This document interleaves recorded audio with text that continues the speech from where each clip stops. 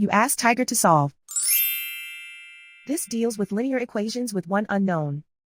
The final result is x equals 8. Let's solve it step by step. Group all x terms on the left side of the equation.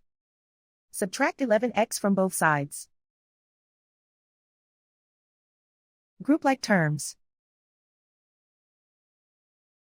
Simplify the arithmetic. Group like terms. Simplify the arithmetic. Group all constants on the right side of the equation. Add 1 to both sides. Simplify the arithmetic.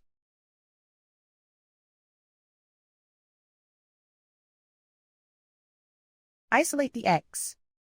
Divide both sides by -3.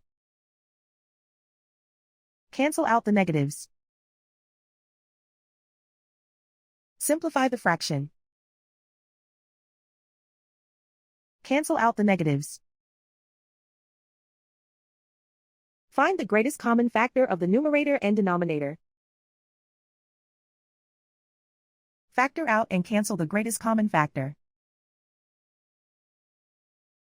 And so the final result is x equals 8.